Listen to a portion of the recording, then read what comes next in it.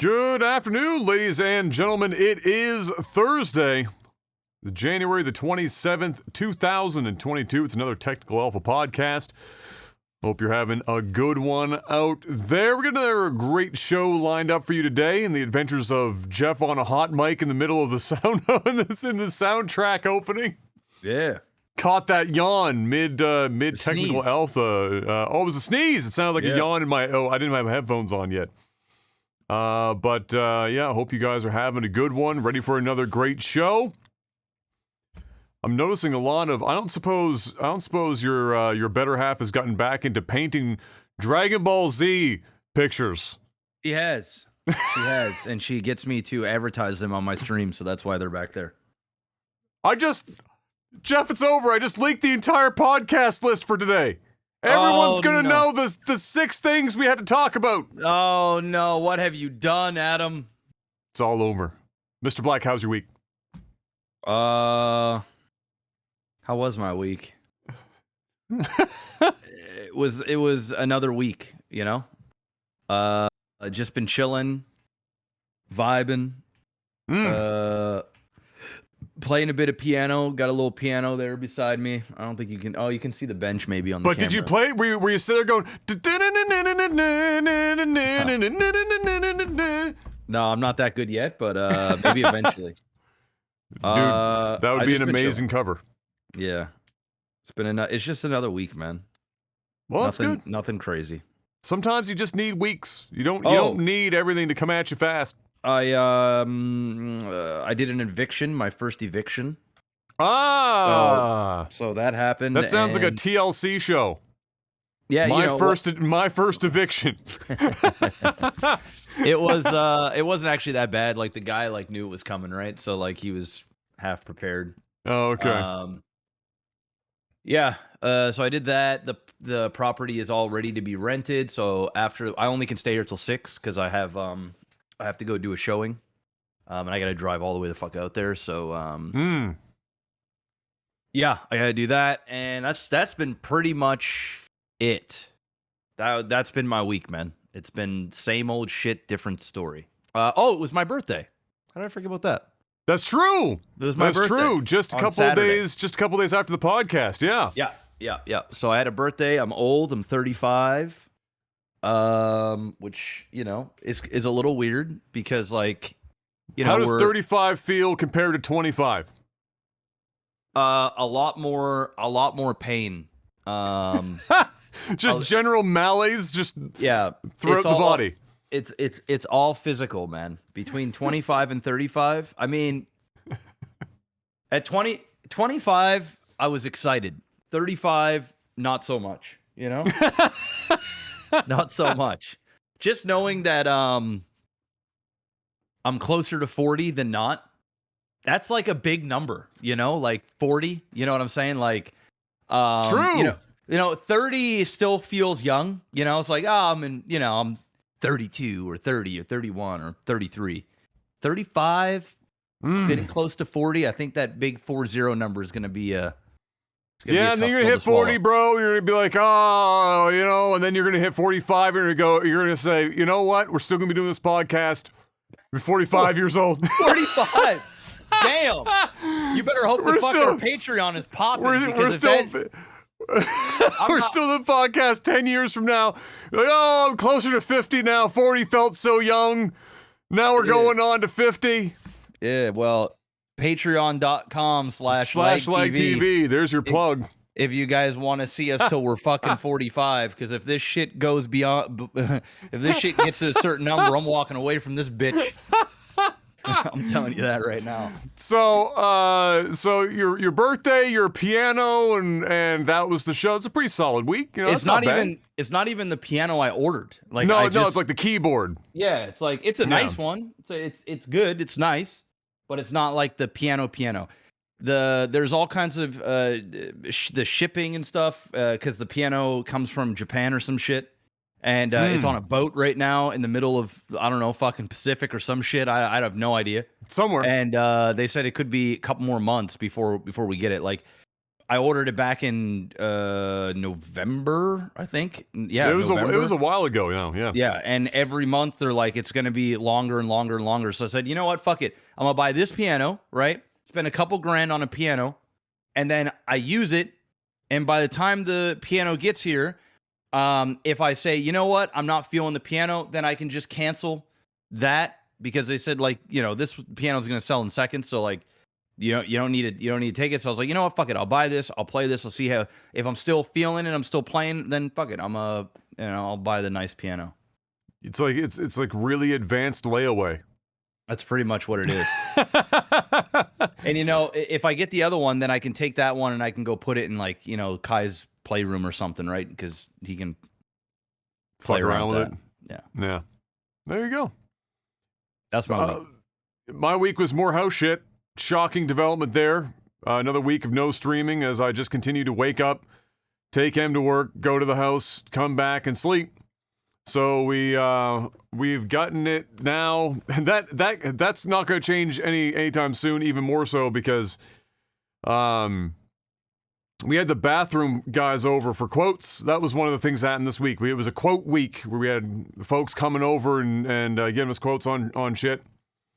And this lady walks in, and very nice lady walks in, and she's got her tape measure and her you know, her suitcase of magical Mary Poppins shit. And she walks into the house and show her the bathroom, and she said, "So what can we do for you?"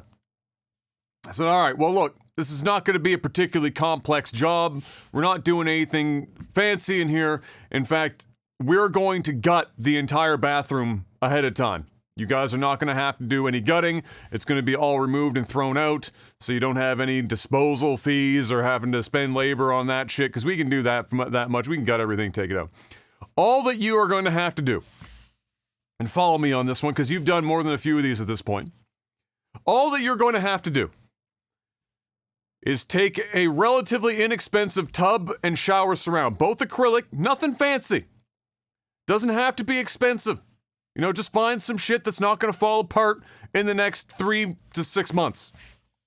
You are then going to take it into the house. You are going to slide it into an alcove that is already the exact fucking size, because it's a standard size alcove. There's no framing. There's no floor leveling.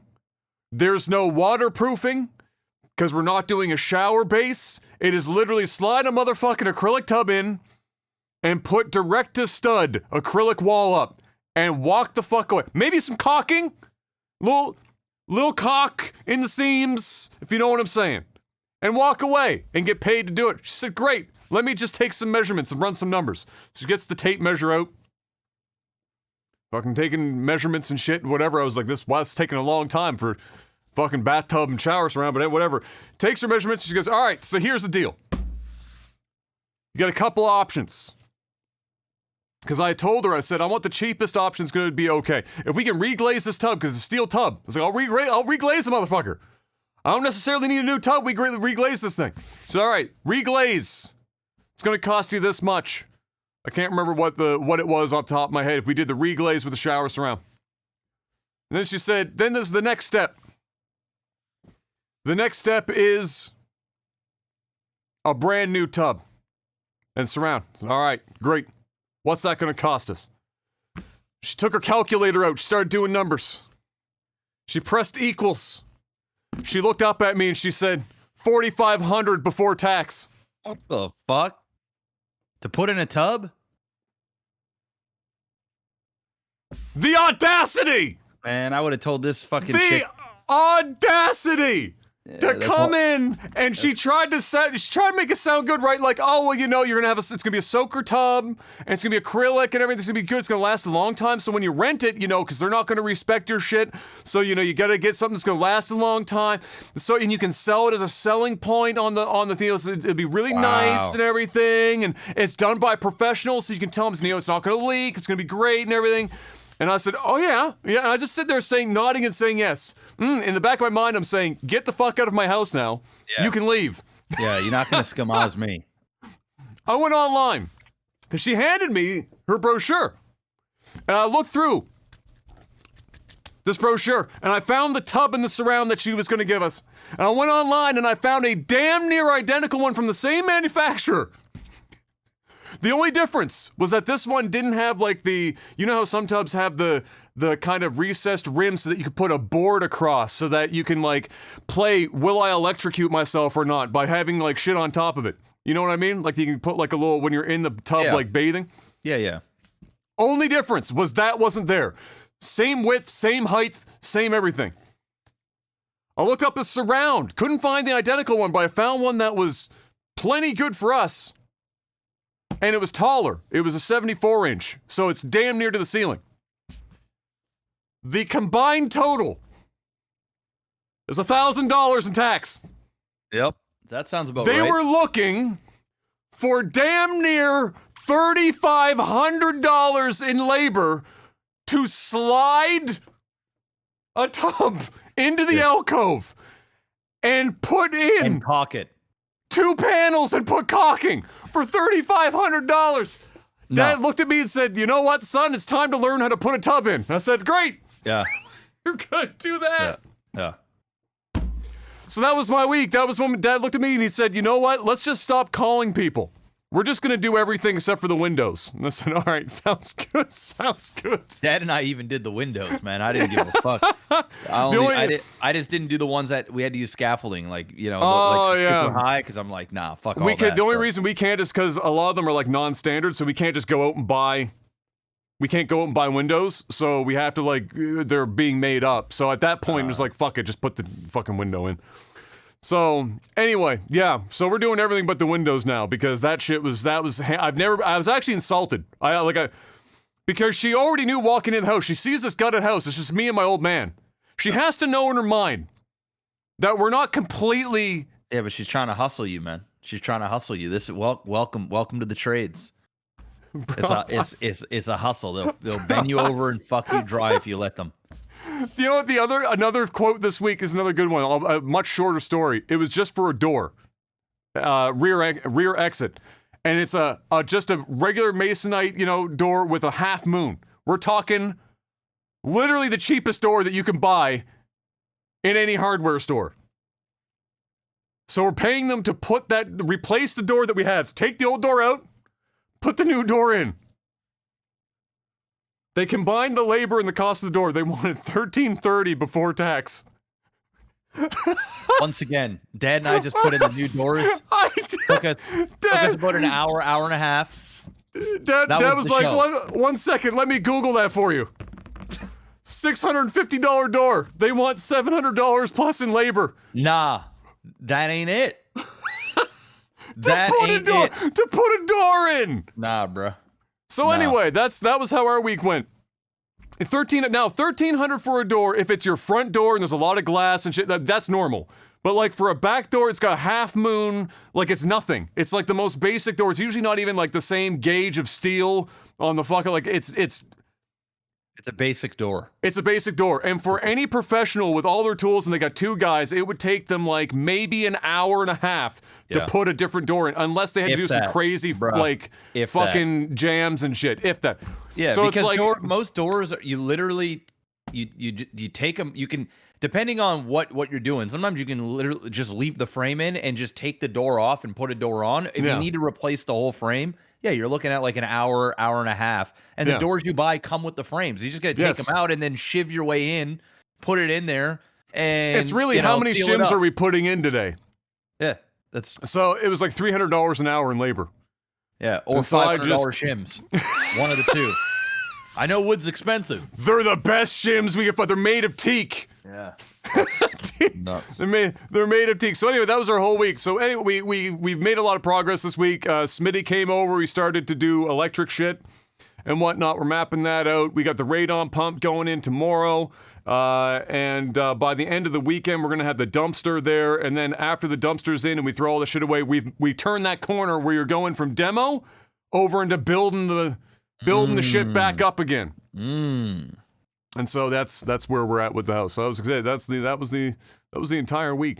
So let's talk about some games, Mr. Black, shall we? Sure, why not? In Activision Blizzard news, Raven Software's QA testers, the people that are supposed to be paid to ensure given they have enough time and are actually paid appropriately to do their job, to ensure that your games don't arrive broken as shit, which is unfortunately what a lot of games are these days because barely anyone actually pays their QA testers to do anything or give them enough time to do anything about it. Raven Software, as part of the Activision side of things, was looking to, the Call of Duty specifically, looking to unionize. There was already unionization talks going all over Activision Blizzard. But they're the first ones to come out and say, all right, we want to do it. There's 34 of them there in the QA department. They all did their vote. They want to unionize.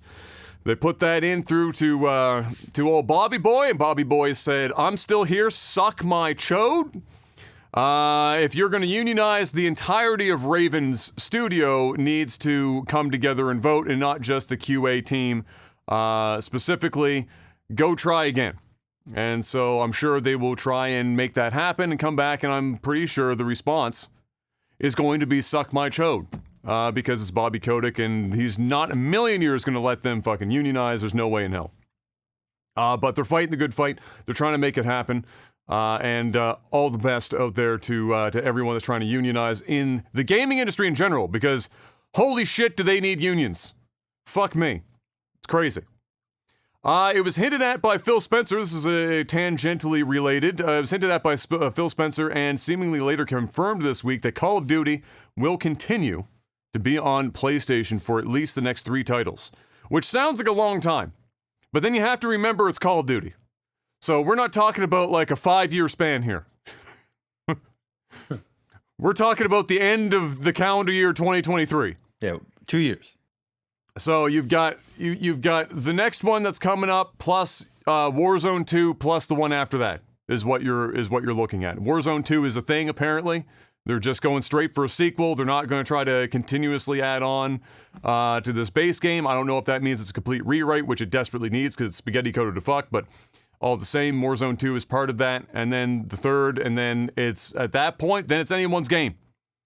At which point, I believe both of us last week when we were discussing this massive purchase was that we were both, I think, relatively convinced that it was going to become an exclusive eventually. Now that, right? Yeah, we both did. Yep.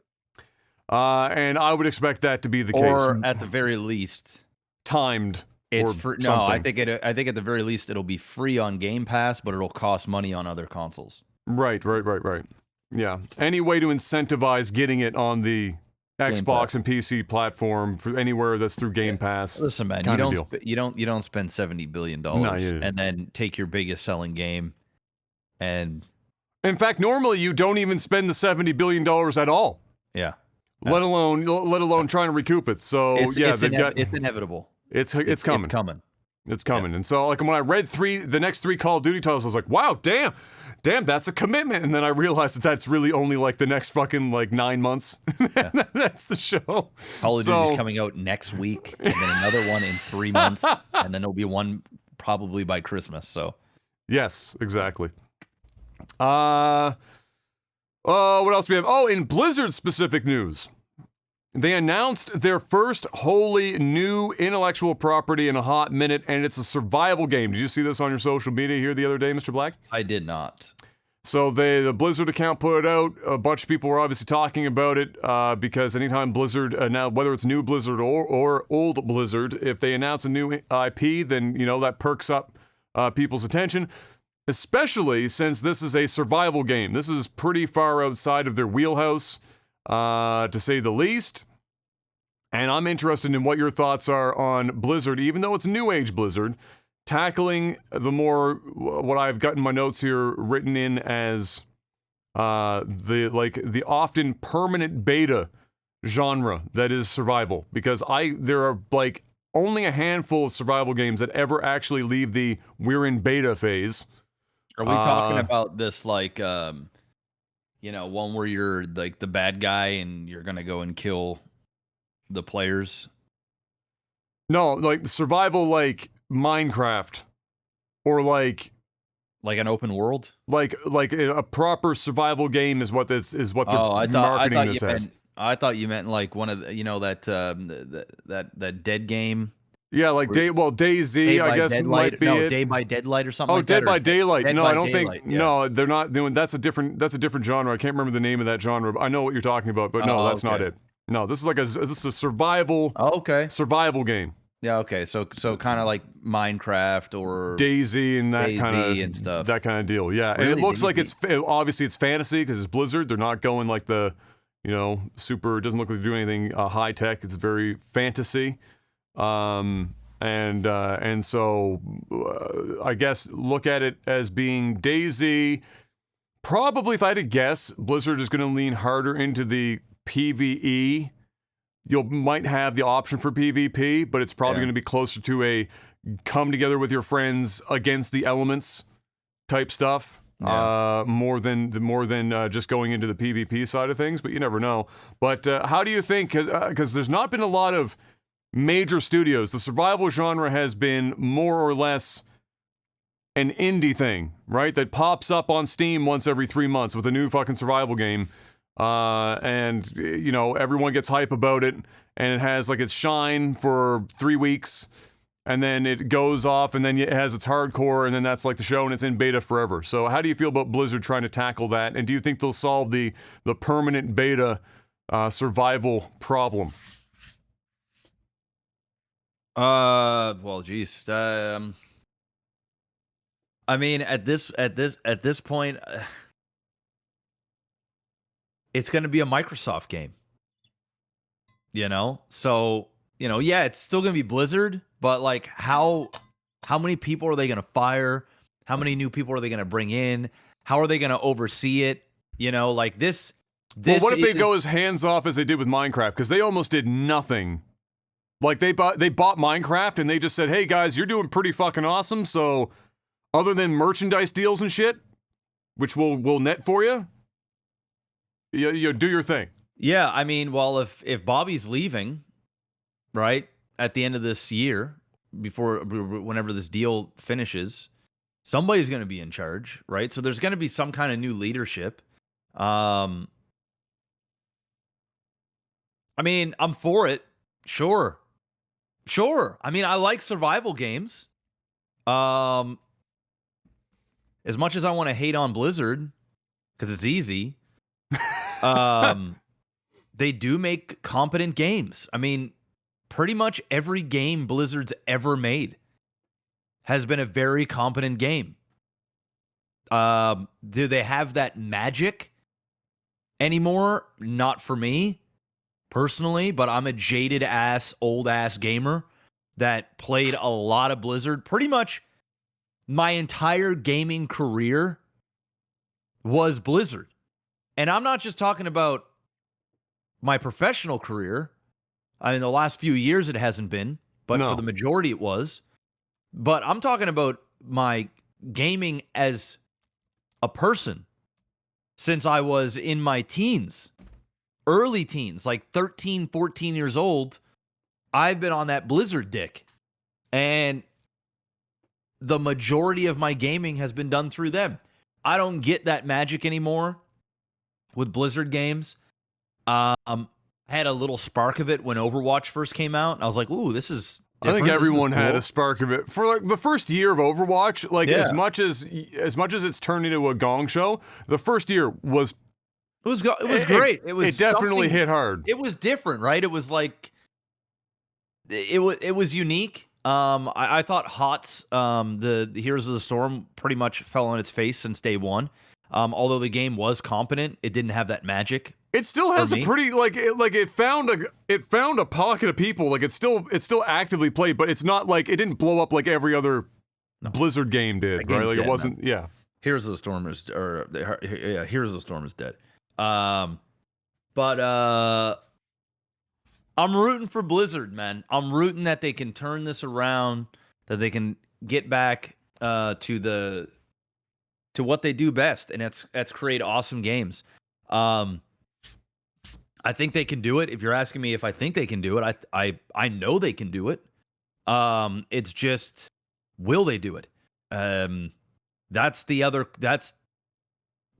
question. I have no idea how much Microsoft is going to squeeze Blizzard, because I'm going to keep it 100.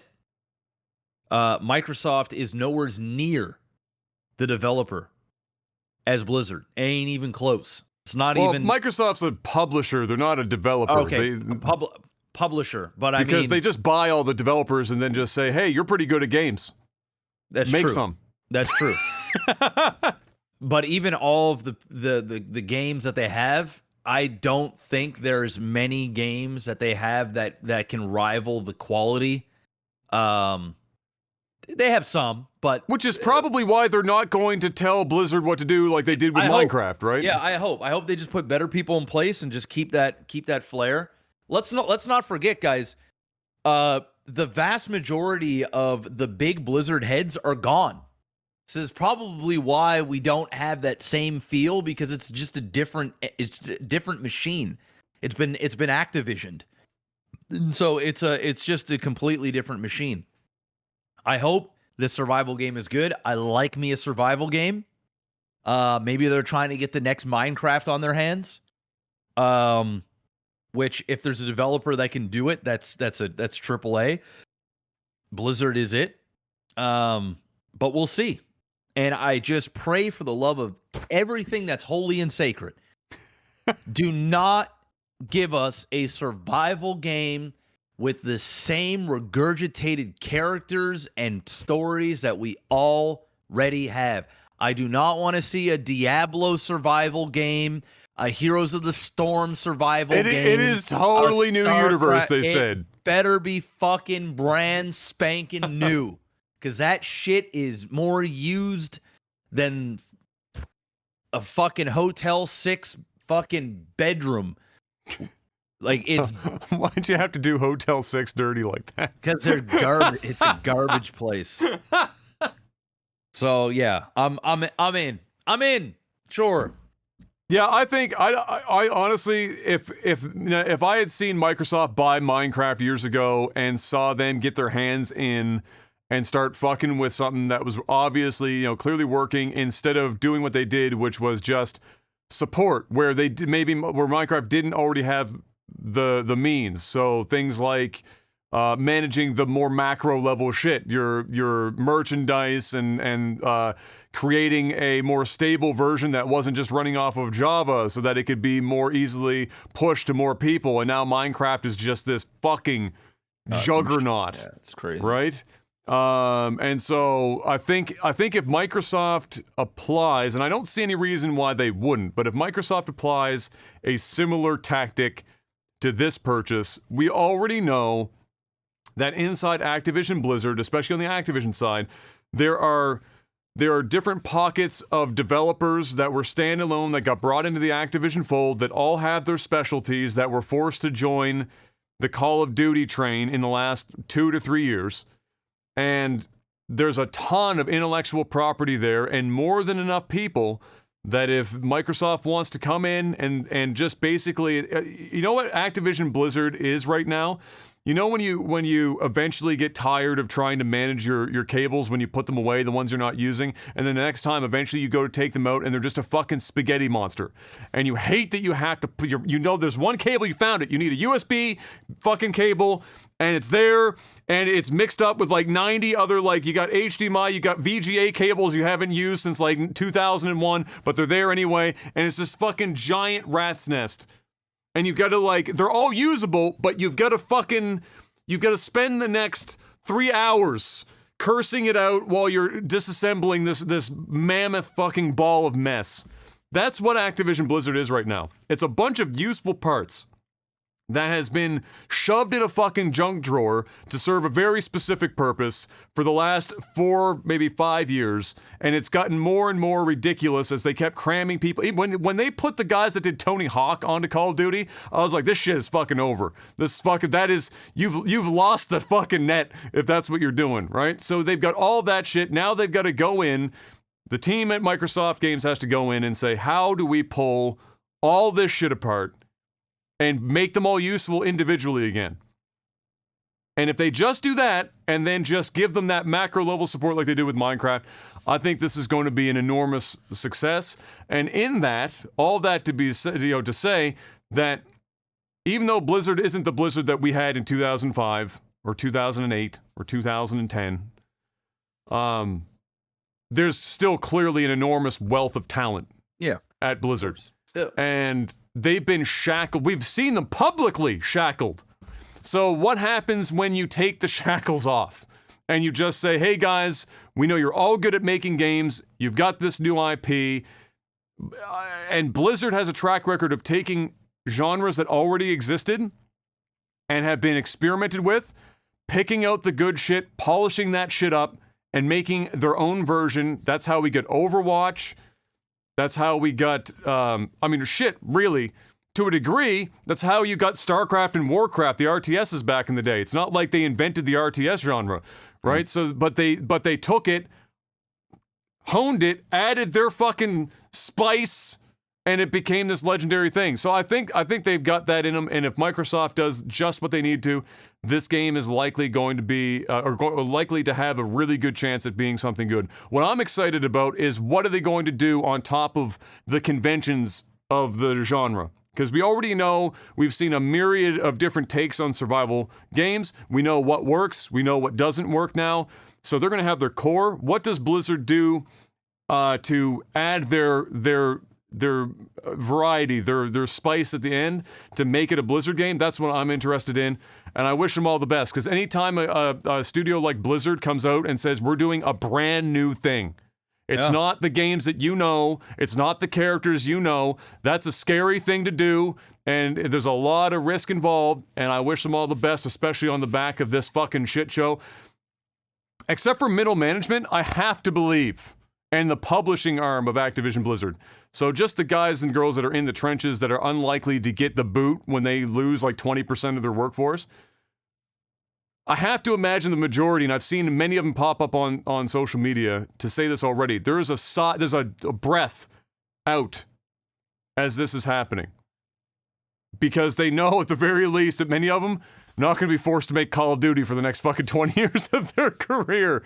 And so that's a positive thing. So we'll keep tabs on that. They just posted, there's no video or anything right now. There was just this, I guess you'd call it concept art thing, because they're putting out the call for more employees for, arts, art design and programmers and shit. So they're putting a team together now to help finalize or finish up this concept. So we'll see what happens in the not too distant. I'm sure we'll hear a little bit more.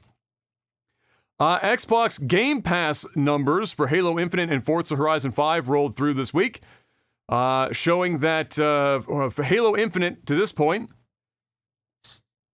has had 20 million players. So that's a combination of all platforms. So that's your Steam, that's your Xbox, that's your Game Pass, that's physical, digital, and Game Pass play, which is like 3 different categories. 20 million have rolled through. That doesn't mean there's 20 million actively playing right now. That just means 20 million people have played the game. And as for Forza Horizon 5, an impressive 18 million have played Forza Horizon 5. So if anything, even though you know that, for example, there's not 20 million Halo players and 18 million Forza players at this exact moment in time, the Game Pass method is clearly working, because a lot of this number is bolstered by Game Pass, and it's not always about getting somebody to play for a really long period of time. It's about getting people to play games that they might not have played otherwise, and maybe they spend money on them in those individual games. And what do these numbers show? Certainly for Forza at 18 million, that the plan thus far is clearly working when it comes to Game Pass. Well, I think racing games in general probably suit this type of model some of the best. At least coming from a person like me that don't play racing games.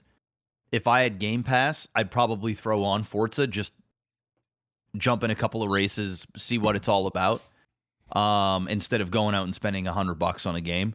Yeah. So I think that, games like Forza, ones that, and it's not that Forza's got a bad reputation, it's got a great reputation. So like if you're going to play a racing game and you got Game Pass, you're going to play Forza. I mean, it's a genre outside of the wheelhouse of a lot of people, but maybe just, like you're mentioning, maybe just interesting enough that you wouldn't want to spend the money on it, yeah. But you'd be willing to give it a go because you have Game Pass and it's there in front of you and you're not spending the $100 to give it a shot. It's kind of like, I'm sure a lot of people can relate to this, but it's kind of like, remember those old school demos that you used to get back in like PlayStation like in the magazines and shit? There is always racing games in those demos. And even when I got like my PlayStation VR, came with like a demo, almost like an old school demo disc.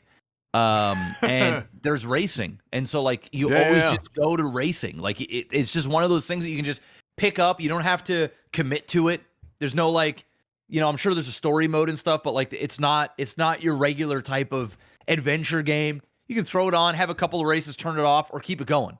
And Game Pass, I think, is great for those types of games. Yeah, and like we were mentioning in the last couple of weeks, I can't remember if it was last week or the week before, we were talking about how Game Pass is helping to bolster games that maybe had a rough launch and then have had the developers have been sticking with it, and it's on Game Pass now, and now it's doing numbers, right? And with the movie business, it's the same thing. You got movies that don't do so hot in the box office, but then Netflix or Amazon or Hulu or wherever, they'll spend a large amount of money to have the rights to put to get the licensing to put the film on a streaming service. And next thing you know it's a massive success because people already are paying for the service. They're like, you know what? I wasn't going to spend the money in the theater. So like, hey, it's a Friday night or it's a Wednesday night. I need something to watch. This kind of piques my interest, but like, I don't have to pay for it, even though I'm technically already paying for it. But you know what I mean?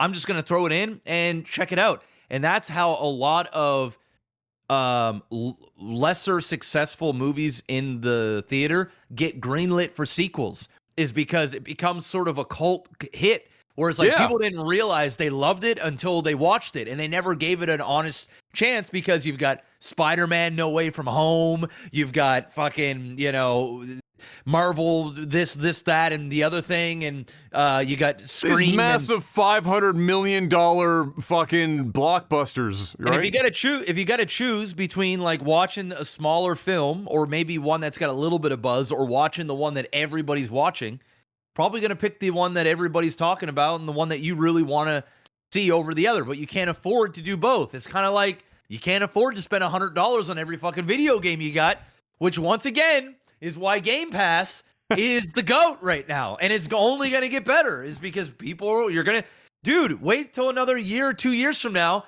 when there's 50 million people on Game Pass. The Forza numbers are going to be 30, 40 million players and vice versa. This is the game. This is why they spend $70 billion. It's also, I guess, similar with Netflix, to keep the analogy, where there are projects that Netflix can fund that would never fly in a theater, but then do huge numbers on Netflix and make them money. Like Uncut Gems would never have gone to a fucking theater in a million years. You're not going to get a very serious Adam Sandler movie to fucking pop up in a theater, but they put that shit on Netflix, and all of a sudden it was the most talked about fucking movie for at least 2 or 3 weeks after it came out. And I'm assuming in time, as Xbox games has indie studios within them and they have a relatively large indie initiative, you're going to see games that wouldn't necessarily have gotten funding before, but now that they have Game Pass and they know that they can put this game in front of a bunch of people, if they get pitches from indie developers that look like they're going to be good, Microsoft comes in, gives them a little extra money, says that they'll take a cut off of Game Pass. The indie games developers say, fuck yeah, because you've got like 50 million friggin' subscribers. Get me in on that shit. Give me the money. I'll make this game. Microsoft says, have fun, we'll see you in a couple of years, comes back, and there you go. But if it was on their own, they'd have to secure their own series of funding. Probably not going to happen the majority of the time. And you either end up with like these crazy stories like Hello Games, where everyone sold their fucking house to fund the fucking game for No Man's Sky, and then almost torched it to the fucking ground and rebuilt it from ashes. Like those are one in a billion kind of a situation. Similar here, I think we're going to see things like that, and I believe in general, despite the fact that this consolidation and Game Pass, as there are, it's a double-edged sword. There's downsides to it. There's also some upsides, and that's definitely going to be one of them for sure. And I really look forward to it because, man, some of these indie games that have been coming out the last couple of years have been fucking dope, really good stuff. So let's hope for some more of that. A crew of programmers, Mr. Black, are set to release, not that you cared about the last one that this happened with, maybe less about this one, but all the same. A crew of programmers are set to release a widescreen 60 FPS version of Ocarina of Time for the PC next month. With the help of some of the work that the Mario 64 team did for their PC release, you remember that happened many months ago now. A 60 FPS version of Ocarina of Time is coming thanks to a little bit of that. They also, though, so they're closing in on completion, but they have the entire game converted to C, which on its own was probably a Herculean fucking feat to pull that off. So they did that, and now they've got the engine that was running the Mario 64 title on the PC to help finalize it, and so they're hoping to have that done by February. In order to skirt the DMCA takedown that the Mario 64 one came across, they're going to release a fully compiled standalone EXE. Which they think that the DMCA on the Mario one was largely because they released an uncompiled, meaning you had access to everything instead of just the thing to run the game. And so they're going about it this way, hoping that it will mean that they're not going to have the big bad Nintendogs knocking down their door when they release this thing. I will attempt, when it gets posted, I'll attempt to maybe grab it just in case it does get taken down. I have the Mario one sitting around somewhere, just because it's so interesting to see it done. And just how powerful some of these programs are for these older games. But certainly another interesting thing. And just, man, like, I know I'm not the smartest guy in the world, but when you hear about motherfuckers out here taking a fucking, like, N64 cart and converting the entire thing to C, I'm just trying to, like, I can't even wrap my head around that shit. And I spent all my time on computers, and a million years I can't fathom sitting down and going, all right, guys, we're gonna do this motherfucker line by line. Buckle up. Like, it's just such an enormous fucking feat. So very impressive, and all the best to the team to make that happen. Because as we saw with Nintendo's releases of their own online shit, Nintendo doesn't know what the fuck they're doing. Like, coincidentally, Ocarina of Time was like the most broken fucking one that they put on that emulated online shit that you're paying more money for every month. And so this is likely going to be the thing. Maybe they get DMCA takedown because Nintendo's just insulted. Like, you're making us look bad. Take it down. Get it out of here. Another one that loves DMCA takedowns, but this is just different enough, and by just I mean dramatically, but it's still obvious where some of this design comes from. The what I call the Pokemon with Guns game is but also a myriad of other mechanics that we got a taste of ages ago, got another trailer, and I'm even more confused. I can't remember what the name of the game is. I have the trailer here. We're going to take a little peek at it here, the latest trailer, just to enjoy that head trip, because it is exactly that. It is a head trip. So we're going to pull that up here, turn that volume down. Yeah, like that. PalWorld is the name of this. PalWorld. Let me get the trailer screen up. All right, 3, 2, 1, go. They even had the audacity to name their company Pocket Pair. PalWorld, which sounds so great and kiddie and amazing, and then you wait, they're holding a gun? And now they're shooting things?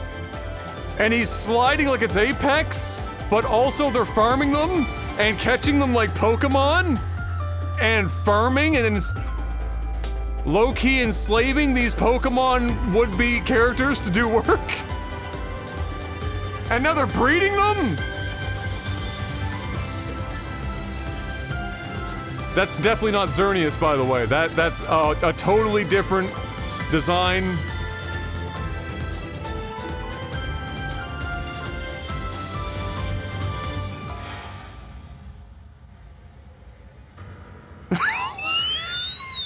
What is going on in this game? Now they're in a dystopian future where they're forced to make endless machine guns. And now you're in GoldenEye 007? I don't know what that was. Oh, are you smacking that bird to make it shoot eggs out of its ass? That's kind of awkward. This is pure fucking madness, bro.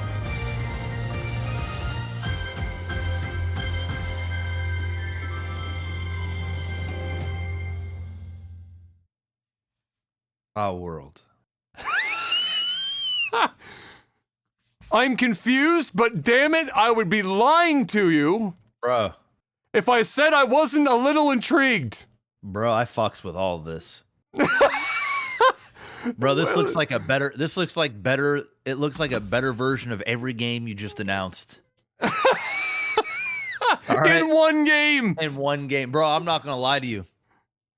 Mr. Black's excited about a video game and it's PalWorld. Well, I don't know if I'm excited, but intrigued. I fucks with this. You know why? Because this looks like it's Pokemon for adults with just some other fuckery going on, man. It looks like there's a story being told here too, and it looks like it's dark, and I fucks with PalWorld, man. I'm gonna check this game out. There's a lot going on there. Yeah, and I'm down for all of it. There's like 4 different genres happening simultaneously. Yeah, in that trailer. So yeah, I don't know what a date is looking like for that game. I don't know what so I can't tell you when it's coming out. All I can tell you, it's pure unadulterated madness. If you haven't seen the trailer, if you're listening to the podcast instead of watching, please do yourself a favor and watch that. And just be along for the ride for whatever the hell that is, because it's, if anything, despite being very derivative, it's clearly unique, and definitely going to be a bit of a head trip. So we'll see whenever there's more information on PalWorld. Get it here first. You know what we're still waiting for though? Cooking Mama. The fucking lawsuit never came to a close. We don't know, but hopefully we'll find out more about PalWorld. And we won't be left high and dry. Speaking of leaving us high and dry, for all of you Titanfall fans out there, EA announced something this week, and it was not something about Titanfall. Instead, EA, despite technically losing exclusivity to the Star Wars IP soon, have 3 Star Wars games in development currently. And they span, I suppose technically, 3 different genres. We have a sequel to Fallen Order, which is the game that came out that's kind of like the Souls-like action game a couple years back now. It did really well, was received well. We got a sequel for that coming. We also have a strategy game of some sort. I don't know what type of strategy it's going to be, but I believe the studio that they have working on it in large part is the one that did one of the recent XCOM games, so it might be in that vein, like an XCOM-y type deal. And the last one, big shocker, it's a first-person shooter. We know that Respawn is likely to at least produce the RTS. I'm not sure if they're going to be more involved in the FPS, but that would be my guess if I had to take a stab at it. Which means that Respawn is almost certainly not working on another Titanfall game, so Titanfall fans are going to soon team up with the Silent Hill fans and just be angry and upset and cry all the time. The Steam Deck, Mr. Black, of which you are patiently waiting for yours, officially shipping starting February 28th. The time is nigh. Now, whether or not you get yours in the first wave, don't know. We'll find out. How soon did you get in on that? Were you like snappy about it? Did you get right in? Within a minute. Wow. I was right on there refreshing the page. Got in there, had my credit card already copy and pasted. Let's go. Ready to go. Let's go. Maybe you will be first wave. That would be exciting. So. I hope so. What's the first game you're playing on the Steam Deck?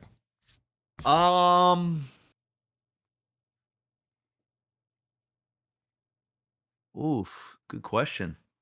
I'd have to take a look at my Steam. Let me see here.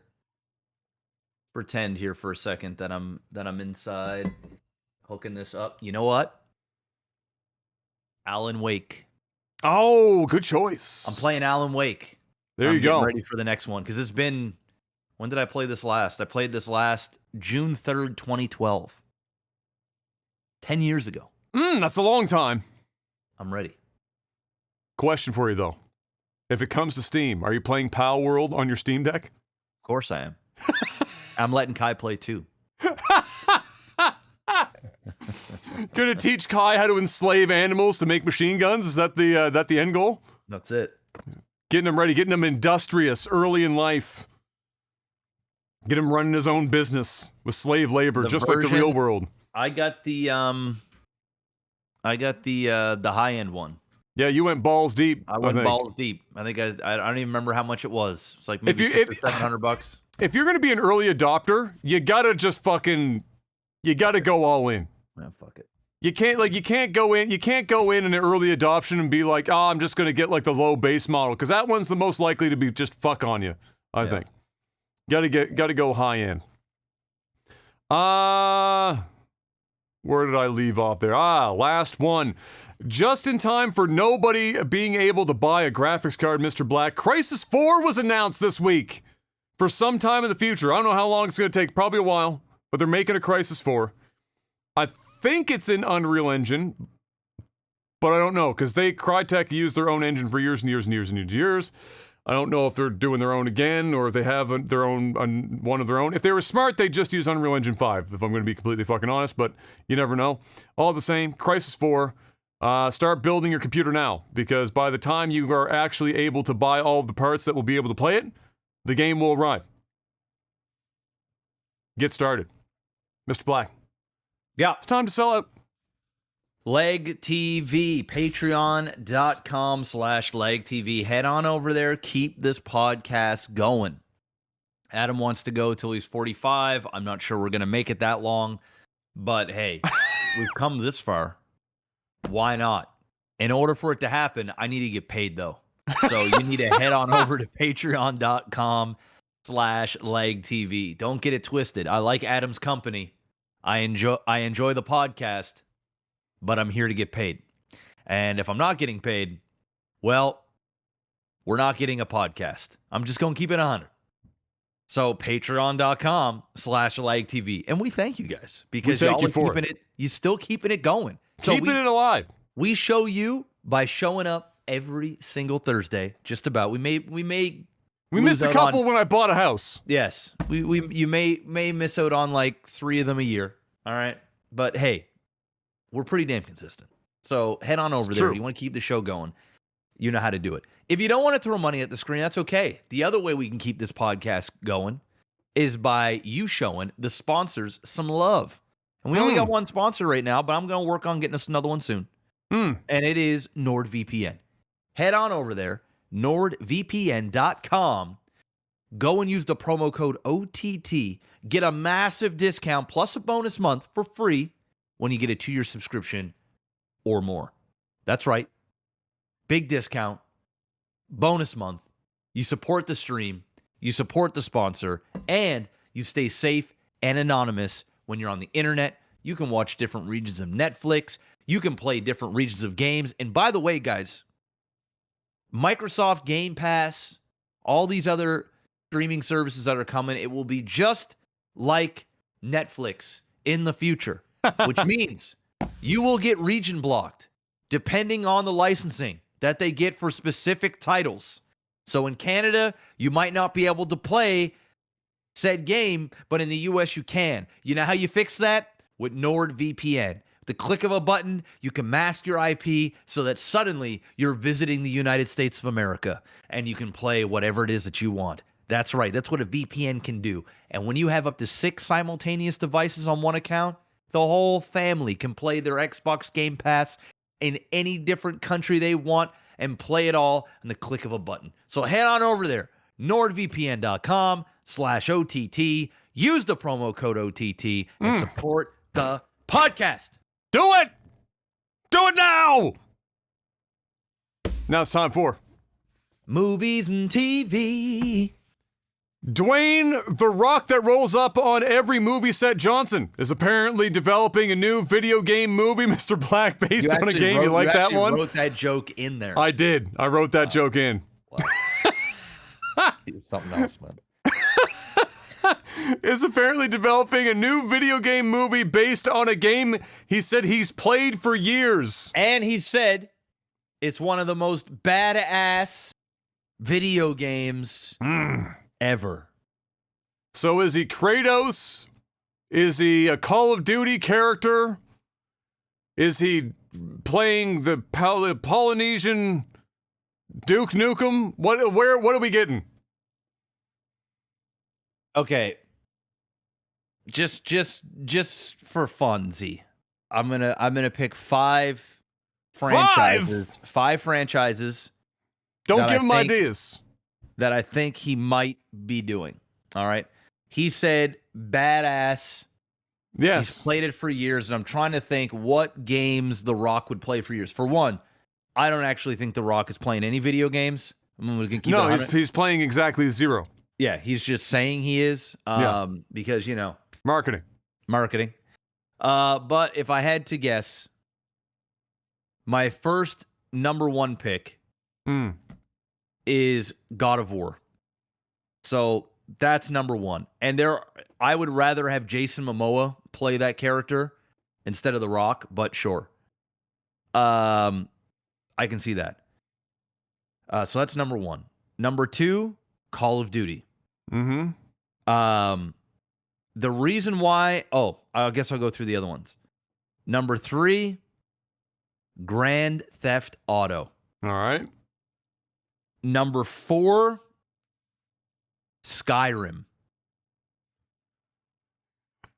I'm saying we're gonna see Dwayne the Rock Johnson shouting Farouche at a fucking dragon. So I'm gonna put Skyrim at number 5. I don't think that's what it is by any means. All right, I'll put it at number 6. The other big one, Gears of War. Mm-hmm. Gears of War, and I think if he does it with Dave Bautista. Not only are they going to get together again from their wrestling days, but Dave Bautista has been petitioning hard to get this movie. And I don't think Dave Bautista is a big enough name that like it would get a $200 million budget. You throw The Rock in there and these two guys are sidekicking, 100% that shit gets greenlit. And the last one, I mean, the last one was Skyrim, but I really don't think it was more of a joke because Skyrim is everywhere. But yeah. I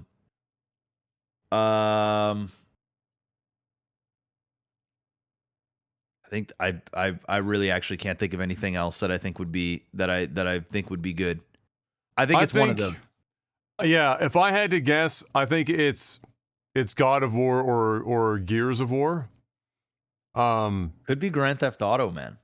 Yeah, but like, what role does he play? Because here's my argument. Well, they can make their own story, right? It could just be we call it Grand Theft Auto, and he could have his own franchise, right? Kind of like Fast and Furious. You can do virtually like a heist movie, series, whatever. Yeah. Here's the reason why I think it's gonna. I think Gears of War is probably number 4, number 5. Mm-hmm. The reason why I think it's Call of Duty, God of War. It's got to be a big enough IP. That's it. Yeah. Because The Rock is not going to attach himself to something of a passion project. This guy is as fucking commercial as commercial goes. He is only going to want to surround himself with the number 1 franchise, the number 1 this, of the number 1 that, the number 1 selling game. You know, if you smell what I'm cooking. This is what he does, man. So, like, the fact of him picking Gears of War, although it is a noticeable brand, I think Gears of War is more so a Dave Bautista Netflix show than it is a Rock theatrical release. But 100%, I think it is going to be one of those 3s. And if I had to guess, it's a toss-up. Because if it's God of War, which is a big enough game, I think it's God of War. If it's God of War, I think it's bad casting. I think that there is because we've kind of already seen him. We've seen him play Hercules. You know, like we've kind of seen this almost godlike. I mean, we've seen him do the Call of Duty thing. We've seen him do the GTA thing. But that's his wheelhouse, right? He's that generic fucking superhero, like not superhero, but army type dude that's fucking jacked, wearing Under Armour, and is so generic. But isn't Hustlers just GTA? Say what? Wasn't that the name of the show? Hustlers or whatever the fuck? I don't know. His HBO show? No, that was a Wasn't that basically GTA but without the guns? No, I'm pretty sure that was like a basketball thing, wasn't it? Like where he was a sports agent or something. He was an agent for I think it was called Ballers. Was it Ballers? Ballers, that was it. Yeah, he was like I think he was like a sports agent. But that's like kind of like the character though. Like if he's playing it, he even dressed like he was like Tommy fucking Vercetti, but like 400 pounds and jacked. Yeah. It's gonna be a big franchise to get him to say yes to it. Yeah. I God of War. It's a good possibility. It's God of War or Call of Duty. There's just so many better actors that could do God Kratos? of War. Yeah, I just don't. No, I don't need The Rock playing this. I mean, I can think of quite literally like 4 or 5 actors that would be infinitely better. Call of Duty, Grand Theft Auto, throw them in there. Go have your fun. You know. I think it's Call of Duty. I think it's COD. I have to think that Call of Duty, as big as it is, I mean, it might just make money because it's so big. I can't. There's no like, my brain can't like piece together a Call of Duty movie that just ends up being ass. I can't, like, my brain can't like fathom a Call of Duty movie. I can see it still making like I said, a shitload of money because it's Call of Duty. Because it has the name on it, and then, you know, let's say The Rock is involved, it just instantly makes, you know, $750 billion. It's gonna make so much fucking money. But I can't see it. Like God of War could also, because God of War is stories and characters and shit that people know even if they don't play games. And it's the right genre and the right thing that I think could also still like make a shitload of money, but also be a well-written and good movie. But I think that's more of a show, honestly. In Call of Duty, but you know what you could do in Call of Duty? Dwayne The Rock rolls up on every movie set. Johnson can pull out a fucking can or 3 of Zoa and push that shit on the battlefield as he's shooting dudes. And so Call of Duty #1, for sure. God of War #2. Yeah, I think God of War would be number 3. I think number 2, Grand Theft Auto. And that would also make $1 billion. And we'll just see. And there's so much you could do. I think it's Call of Duty. The Rock hasn't been in a war movie yet, you know? And it could be, it could go anywhere. It could be futuristic. It could be World War II. It could be they'd go modern day. They do modern day. It would definitely kind of be modern, and he could kind of play sort of his regular shtick, and he could be self-aware and fucking give somebody the rock bottom. Stop. He can, but taking a drink of Zoa, give him a rock fucking bottom. Dude, I'm smell what we everything. Would all go watch it, man. We would all go fucking watch that because it's Call of Duty and it's The Rock and it's just more of the same shit. Yeah, and that's why I think it'll be that. Fuck me. Well, there you go. We'll find out eventually. Probably not in the not too distant future. He said this year it'll be announced. Okay. Well, there you go. A sequel to the not entirely awful Mortal Kombat reboot is apparently in development and is being written by Jeremy Slater, who recently wrote Moon Knight. What are your thoughts? You know what? You kind of summed it up perfectly. Not entirely awful Mortal Kombat movie, because it wasn't fantastic, but I also didn't leave hating it. Where it was competent. I watched it here at home in the pandemic when like I hadn't seen a movie, like a new movie in a while, so like it kind of it scratched the itch.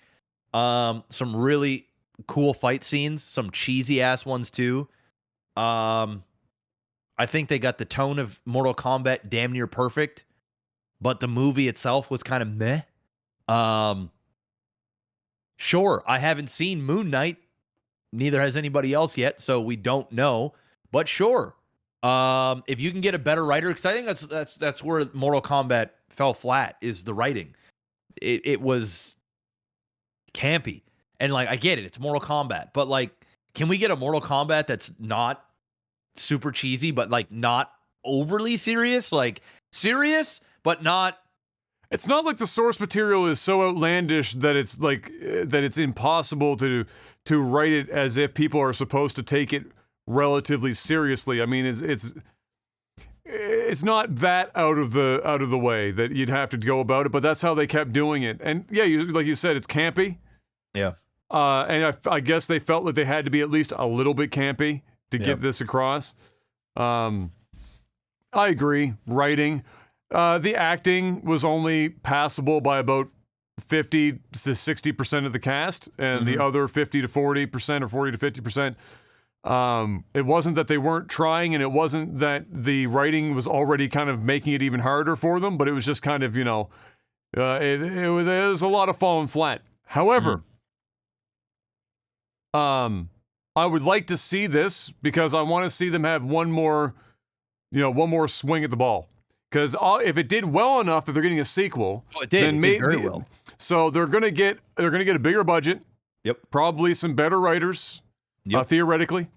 And a few characters were killed off. They're gonna bring obviously more characters into the fold. Maybe we get some higher caliber, one or two. Nothing crazy, but like we're getting some maybe some familiar faces of some kind. Make it happen. And maybe dial back the camp. A shade. Just a shade. You don't need to get too, like, we need a little bit of camp. We need a little bit. Just a little, but not some of that shit. Some of those characters, man, just felt like. That was brutal. Yeah, no, that wasn't it. But hey, overall, it was a good time. It was good. It was an okay time. I didn't hate it. So let's see what number 2 brings. Yeah, we'll see. I'm on board. For those that think The Rock is going to be playing Master Chief, it ain't going to happen. All right, Halo's coming out with their own show this year. It's being released. That would require him to take the helmet off. Exactly. And there is a 0% chance The Rock is going to be in a movie where you don't see his face. And they're not going to greenlight a Halo movie when they have a TV show, a series literally coming out this year. And I also think that is highly unlikely that they're ever going to produce a Halo movie in which you see Master Chief's face. And so you got both of those things happening. Rock's not going to take it, and I doubt they'll ever do it. It would be so weird at this point if they fucking did that shit. And again, they did it with what's his face from Star Wars. Well, they did Boba Fett. Yeah, they did the Mandalorian as well. The Mandalorian, not Boba Fett. Boba Fett we'd already seen, but yeah, I like. Yeah, but it ain't The Rock. He's not playing Master Chief, guys. It's not Halo, guaranteed. Other than that, this week, Em and I didn't watch. There's not a lot of new shit popping up. We watched Too Hot to Handle. We watched Hotel Artemis last night, which was funnily enough, Dave Bautista's in that. That was all right. It was an hour and a half. It was just kind of like its own thing. If it had enough money to like give me another half hour so that like 2 of the characters could have gotten maybe a little bit more on them before they started interacting with other characters, then it would have made interactions between them make a fucking ton more sense. But otherwise, it was passable. There were some laughs in there, and it did its thing, and it was interesting. Other than that, we didn't really watch anything major. So that's all, and I'm guessing that means you continue to watch the new season of Too Hot to Handle. Yeah, we finished that up. How did that go? Are you satisfied at the end? Well, I mean, the show was it was not as good as last year, but it was like enough of an itch that like it's worth a watch for the lulls. Outside of that, we haven't been watching too much either. We tried to watch the Book of Boba Fett, and that didn't go over well for us at all. Bruh, I'm that shit's a snooze fest. I'm literally done with Star Wars. I'm actually done. Snooze? Oh yeah, bruh. Fest. I will not watch another Star Wars anything until another Star Wars movie comes out. I'm done with the shows. I'm done. Yeah. I'm done. I'm out. I'm checked the fuck out. I'm putting my foot down. I'm saying I'm not supporting this anymore. You know what pissed me off about the Book of Boba Fett after having watched like the first couple episodes? Is that it showed that Disney's owned Star Wars refuses to do anything outside of shit we already know about Star Wars, really. Like the Book of Boba Fett. We have no reason. We don't really learn any more about him. We have no reason to give a fuck about whether or not he accomplishes any of his goals. He's just there. It's like the whole show is riding on the fact that it has Boba Fett in the name. He's not even a big character in the fucking original movies. Like he's not but that's fine, but he was iconic, and they could have taken that opportunity to write in and give us like good shit, and instead they gave us this. Just give us new shit, man. Stop regurgitating all this old fucking shit, man. I'm done. I'm done. I'll watch. I don't give a fuck. We started watching that Amazon show. I kept seeing the damn fucking trailer on Twitch, so I was like, fuck it, man. I'm gonna check this bitch out. It's called like the Wheel of Winds, or Wheel of Time? Wheel of Time. That's it. Oh, that actually started up, dude. The Wheel of Time. Yeah, we're on episode, I think, 6. Okay, I gotta watch that then. That'll be what I try and convince them to watch then. Yeah, so that the Wheel of Time is it's basically Amazon's Game of Thrones. Like it's like The Witcher meets Game of Thrones meets It's a tangent to Lord of the Rings. I mean, it was written. There you go. And there you go. So yeah, it's very, very similar to those. Not as good as any of them, but it's competent. And it's got some cool concepts. The CGI in certain parts are pretty bad. And you'll notice that pretty much right off the first episode, but the practical effects they use, fantastic. Like there's like certain monsters or different. I don't want to give too much away, but there's a certain type of the antagonists, or they look great, and you can tell that they're not CGI'd. Like they've done a really good job with the makeup. And you know it's a coming of age story where you've got these chosen ones and they're figuring out their powers, and you know there's these it's the same generic stuff. There's 15 books for that shit, by the way. There you go. So I think we're on episode 6. And I can suggest checking it out, especially if the missus is into that type of stuff. I think that there's enough in there that it's good, and it's good enough that if they did a season 2, which I'm sure they will, I'll likely watch it as well. It's not something that like at the end of my day I'm like, man, Kayla, come on, let's go watch this Wheel of Time. Come on, let's rip up another episode. But it's like, hey, we're in there. Is there anything else to watch? No, okay, throw on Wheel of Time. Let's get in it. Yeah, I maybe it's one of those, like, maybe it will be like Game of Thrones, where the first season, it was good, it didn't like blow you away, but there was enough in there where you're like, okay, I could see season 2, and then after it got popular enough and they had all that budget and the cast was better at working together, season 2 came around and it was all over after that. Season 2 is normally where shows will find their footing. So maybe that's what will happen with Wheel of Time, where the first one, it's like it's got just enough good stuff in there to watch. Yeah. But it's not like blowing you away right out of the fucking gate. It's very Witcher-like. Without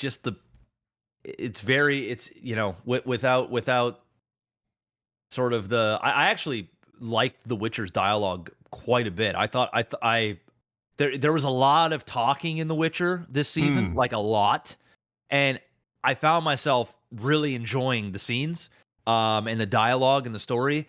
I think this show lacks that, but there's a lot of action and a lot of fantasy in this. So like it's more action based than what The Witcher was. In The Witcher, you got like your little action sequence at the end of every episode, like against whatever monster he's fighting. And this one, it's a little bit more consistent throughout. And I don't know anything about the story, so like they throw in these new characters and these different things. I'm like, okay, whoa, what's going on here? So I know I'm kind of selling this a little bit. As of right now, it's like a 7 out of 10, 7.5. But that's pretty good for a show you never heard of, right? That's pretty good. Not bad. It's not bad. That's pretty good. So maybe I'll give that a little look-see if I can convince her to check it out. That's it, I guess, if we didn't have anything else to talk about for movies and TV this week. No, that's it. Then it's time for Tech Support.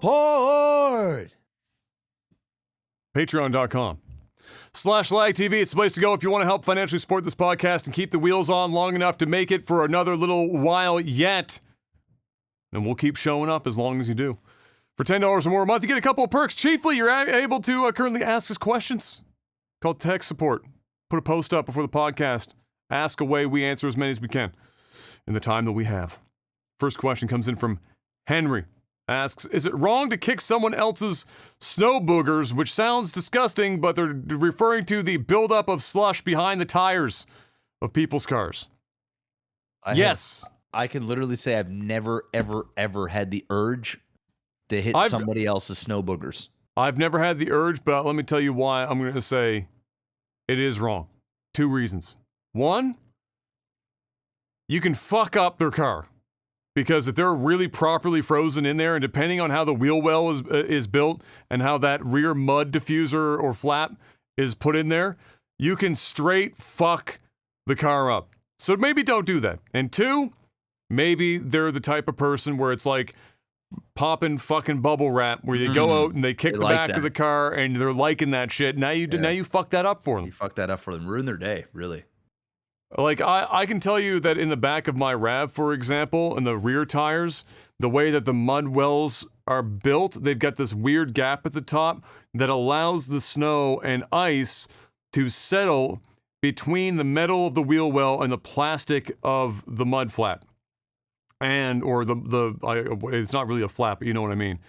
And if it gets frozen and you start kicking away at it, you will straight rip the fucking plastic component right off the car. So don't do that shit.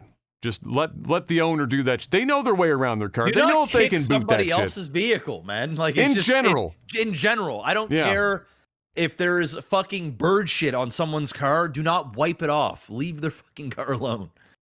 Holy shit. Yeah, that's a bad idea. Snackbox asks, what sports, if any, would you influence, you put in quotation marks, your kids to play when they start getting into it, if you had a boy or a girl? Well, the sports don't really matter depending on whether they're a boy or a girl to me. I mean, they got leagues for all of the shit. It doesn't really matter.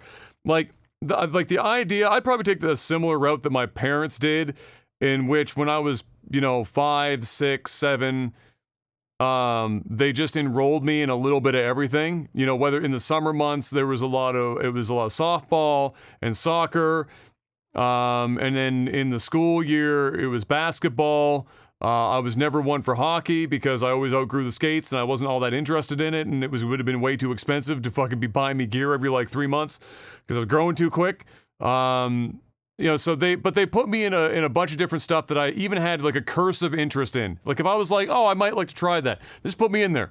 And if I played it for a while or a season or two, and then I was like, okay, I'm done, then whatever. Basketball ended up being the thing that I stuck with for the longest, and I played it for like 15 years. So I think I'd probably go that route. But like we've talked about on the podcast before, I think both of us want our children, regardless, to be involved in some sort of team sport for a good chunk of their childhood, because it teaches you a bunch of good shit and it gets you active and keeps you busy, and there's a lot of good positive stuff that comes out of it, and almost zero negatives other than the zeros coming out of your bank account paying for whatever gear you need for said sport. So that's probably what I would do, similar to what my mom and dad did. Well, I'm a little bit more selfish. So I'm gonna say baseball, because it's what I played when I was a kid. True. And I played it for a long time. It was pretty much the only sport I played up until high school. So yeah, I'm going to influence him to play baseball. I would love to coach as well for the team, the little league or whatever, assistant coach, whatever, just be part of the process. If for whatever reason he doesn't like baseball, I'm not going to force him to play. But I'll encourage him to stick with it for a little while and try it out. I have a feeling that it'll be between that or hockey. I don't like hockey, even though I don't mind the sport, but I think it's very, very hands-on. It's very rough. It's expensive, and Kayla's mentioned hockey a couple times, and I feel like our neighborhood is a bunch of hockey moms and shit. So like, it's because you're in an affluent area that can afford hockey gear. Yeah. So I have a feeling that unless he legitimately just falls in love with baseball because daddy likes it, he'll likely probably play hockey, and I will probably not be a fan of it. But if he's having fun, sure. But just sitting in that cold ass fucking arena, I don't really enjoy hockey that much. I don't particularly enjoy watching it, although if it's my boy, I probably would to a degree. But it's just, I'd rather baseball. Get outside in the fresh air, go out, hit some balls. We can go to the batting cage together, go chuck some balls in the backyard or go wherever, right? Hockey, it's a little bit more of an ordeal. Although you can play hockey all year round because you're inside, fucking that's the arenas. difference is you get to play year round, yeah. But, at least baseball you play for, 4 months of the year and then you have a break. Maybe then you can go play it. Maybe it's going to be baseball in the summer and hockey in the winter. Who knows, right? Who knows? Just be active. Hockey is one of those sports that it just become like you become a hockey family. It's so involved that, having watched, Ben, my cousin Ben grow up through hockey all the way up through until university, it literally becomes like the entire household's life is hockey now. Yep. And so you got it's a whole family event. It's a whole family effort to make it work. And it does. And hockey players are one of two people at the other end. They're either incredibly productive, well-behaved citizens that are incredible team players and leaders and get a lot of good out of it, or they become completely, frat boy cocaine addict. Yeah, like that's the two. It's the dichotomy of hockey. You either get a frat boy cocaine addict asshole, or you get a really well-behaved, well-managed, proper, individual on the other end. There's no in between. There's just no in between. And for whatever reason, that's you get a little bit of that in a bunch of sports, but like hockey, because it's so involved and it just like it becomes like your whole fucking life, like it's your religion.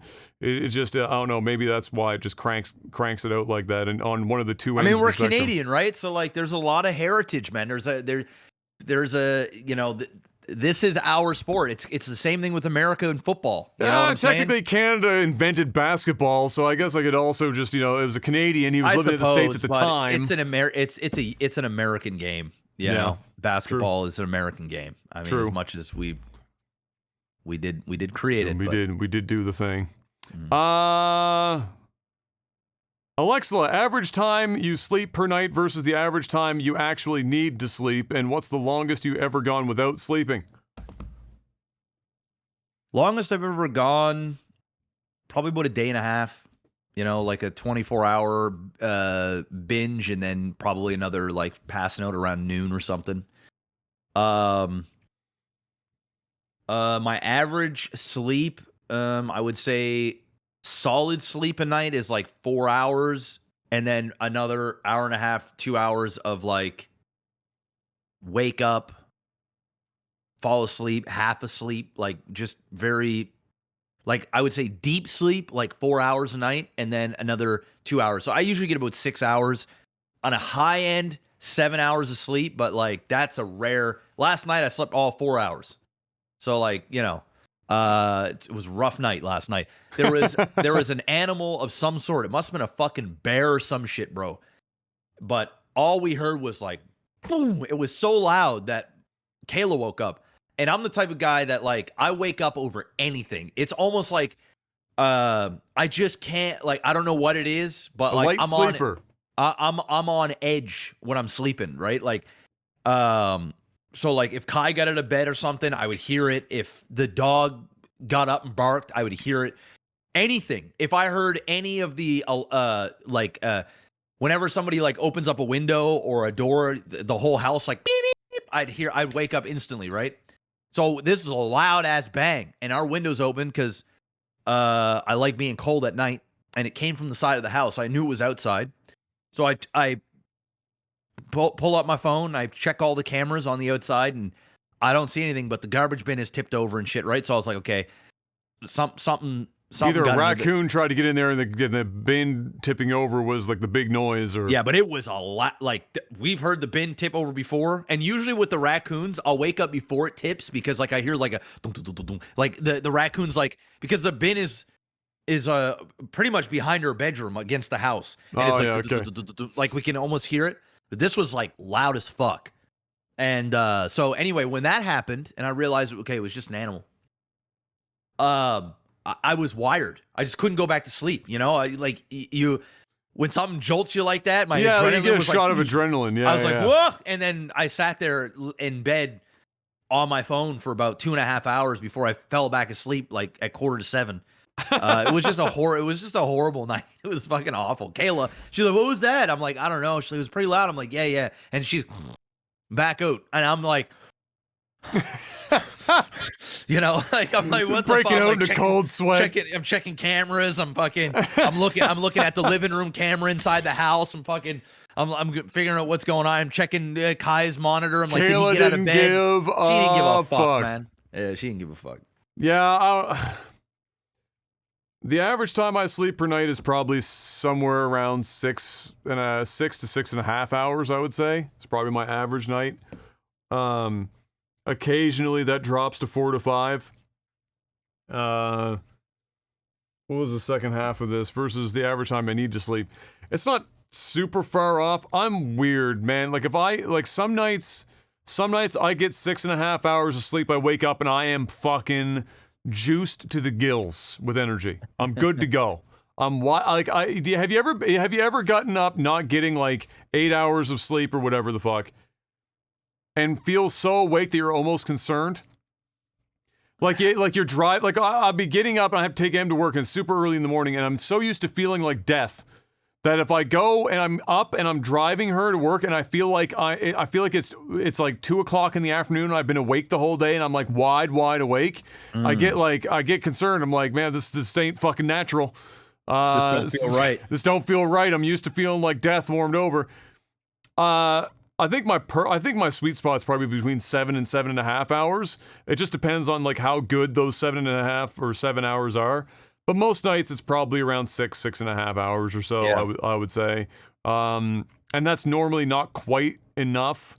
It just so happens that I just don't quite get the rest of that time. So if I'm able to, I'll like have a nap on the couch or something to try and make up for lost time a little bit midday if I've got some time in between doing something.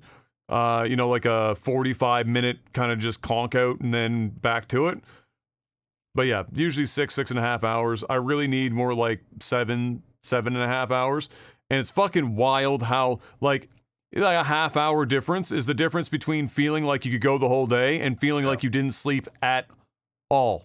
Yeah, I'm the same way. It's fucking weird. I think mine is 6 hours. If I can get solid 6, I'm like good.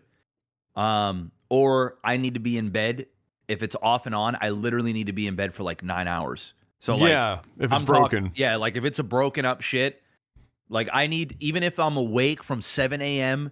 till 9 o'clock, and I'm just literally laying in bed, I'm fine. Like if I had like 4.5 hours sleep, I wake up fucking 7 because Kai gets up. I just can't go back to sleep. I lay in bed till 9 o'clock.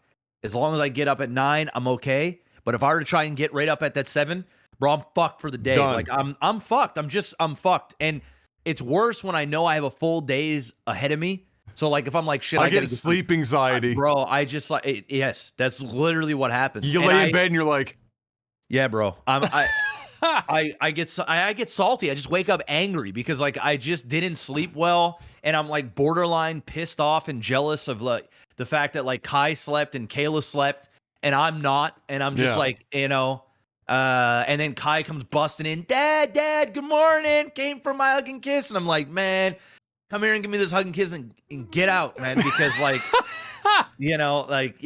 so. It's true. Like if I know I have to be up, let's say I have to be up for an appointment that I have to go to. So not just take Em to work, but like actually go and be on, like be turned on. Yeah. If I know that, let's say I have to get up at 7 o'clock in the morning or 6:30 in the morning to make this appointment. Say it's like 7. Let's say it's like an 8 o'clock appointment or some shit. If I'm not in bed by like 10 o'clock, 9:30, so that I can calm the fuck down about the fact that I know I have to be up at 6:30, 7 o'clock, I'm fucked. Like if I go to bed, because normally if it's a normal night, if I go to bed, I will fall asleep inside of 10 minutes. Me too. Me too. But if I know I have to get up at 7, I need like a fucking hour and a half of just my heart going. Oh, what happens if you can't sleep? Wouldn't it be a shame if you couldn't fucking be rested? Your day's gonna be fucked. Your day's gonna be fucked. And then like. Traffic on Spring Garden's gonna be a great time. I look next to me and M falls asleep in like fucking milliseconds. That shit irks me, man. And I'm just like, oh, fucking let me sleep, please. Here's my biggest pet peeve, and I don't tell Kayla this because bless her, all right? Because I'm not trying to undermine how she feels. But when but dude, I'm telling you, I say 5 nights of the week. All right, I have shit fucking sleep. I mean, bad sleep, like really bad. And like I'm drinking THC drinks like every night now. I pretty much like pass out. Yeah, like I'm pretty much trying to get fucking body stoned before I go to sleep so I can stay asleep. And even that shit don't work most nights. Have you tried melatonin? Magnesium? No, I haven't yet. This is one of my biggest pet peeves. It's midday. All right, I woke up. I'm tired. I get up. I'm already running a little bit late, so I'm a little salty. Because I like waking up and then not going right to work. Yes. So the mornings that I have to go right to work, I'm already in a bad mood because I'm like, my day's gone. Yeah. I'm gonna start streaming, and then when I get off, it's gonna literally be nighttime outside. Okay, yeah.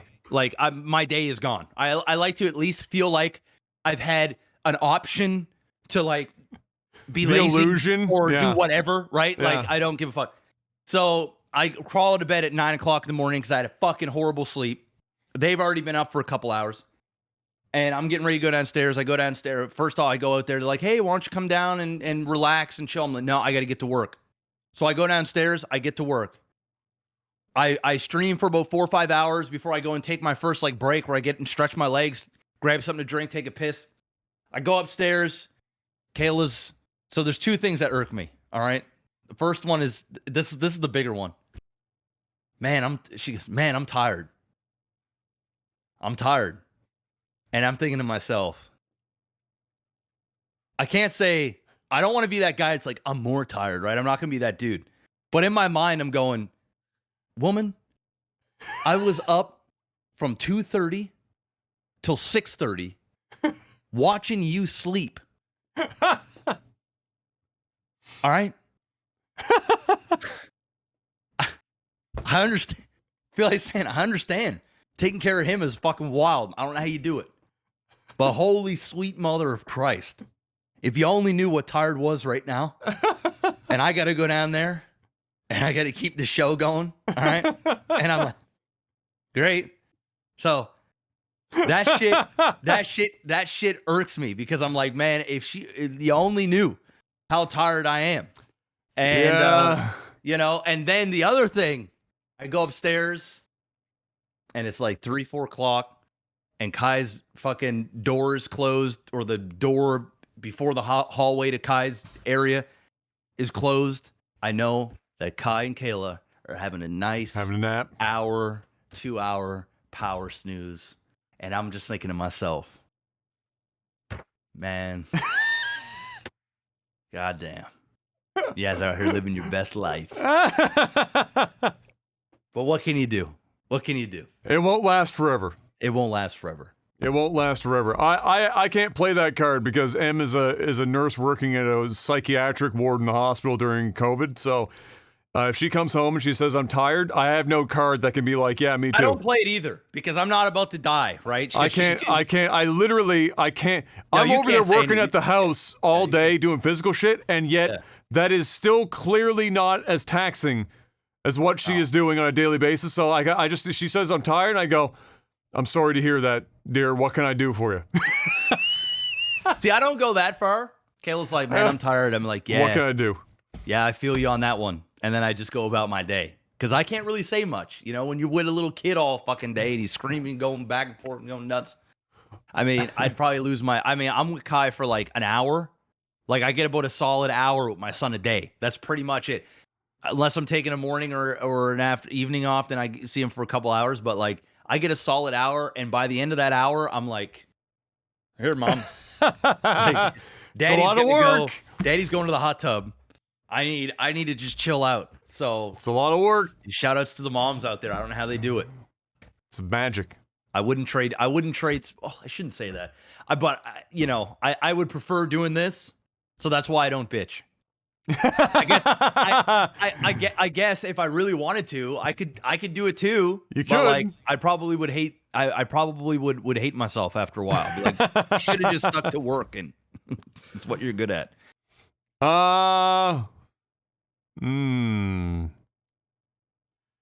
Theodore asks, what's the most important thing you learned in school, and then maybe college or university? It might be something about a subject or just something about life in general.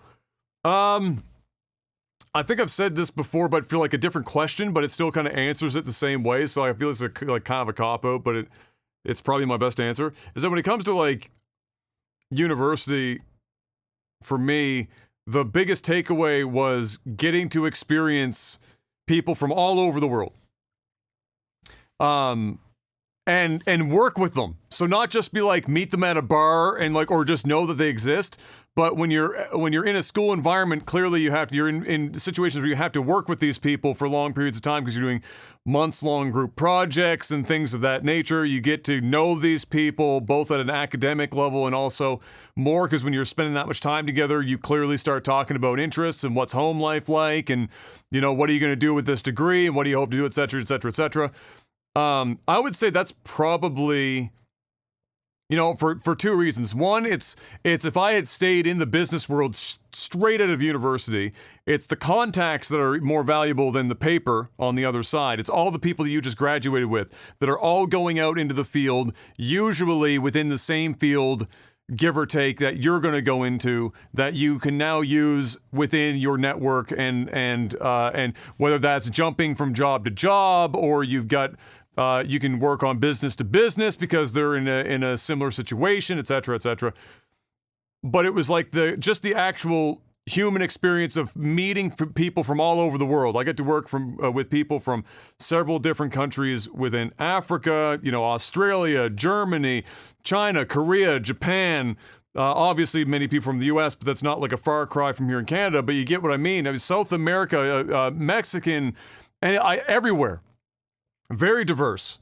And God, is that ever good? Because you can almost tell immediately when somebody has never met more than just like they've seen a black person and a white person and that's their entire like understanding. And they're people that were born in the place that they were from. Like they don't have a global view at all. So when they hear about news from another place, their take on what's going on there is like so fucking disconnected from reality because all they hear about said country or said people is whatever they hear on the news or whatever they saw on social media.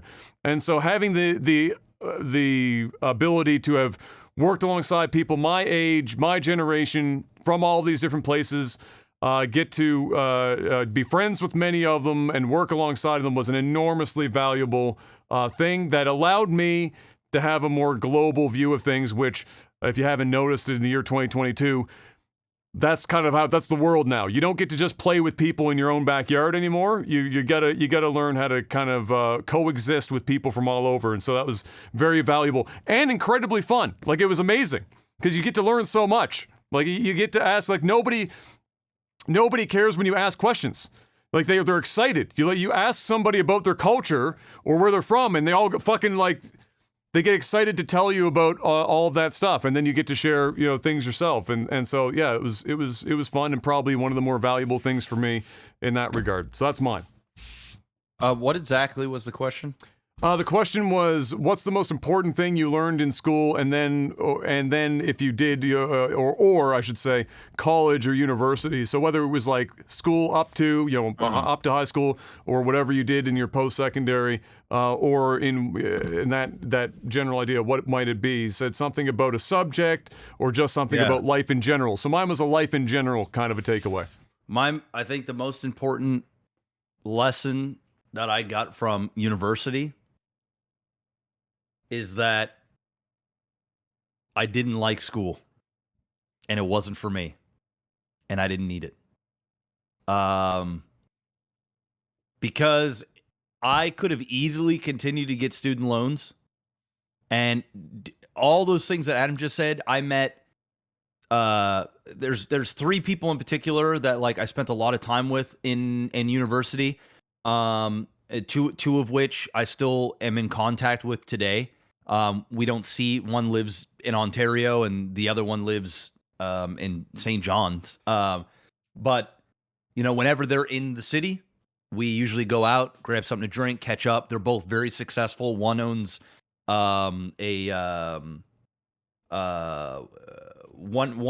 comes from a family of money where his so they family were taking on the family business. Basically, they did. That was it. Yeah, it was a recycle business. Like they recycled all kinds of. It's just a huge recycle corp. And the other one was another family business, but he blew it the fuck up. So like he owns like a big jewelry company, which they actually just opened up a branch here in Halifax as well. Oh, nice! And it's a very high end jewelry. So anyway, both very successful guys, and both completed their degrees. We both met in business management, so they both went on and did what they were supposed to do. And I went and did what I started my own businesses and did my own thing. And the thing that I learned pretty early on, after really 4 or 5 months of university, is I realized school ain't for me, and I was better off finding my own path.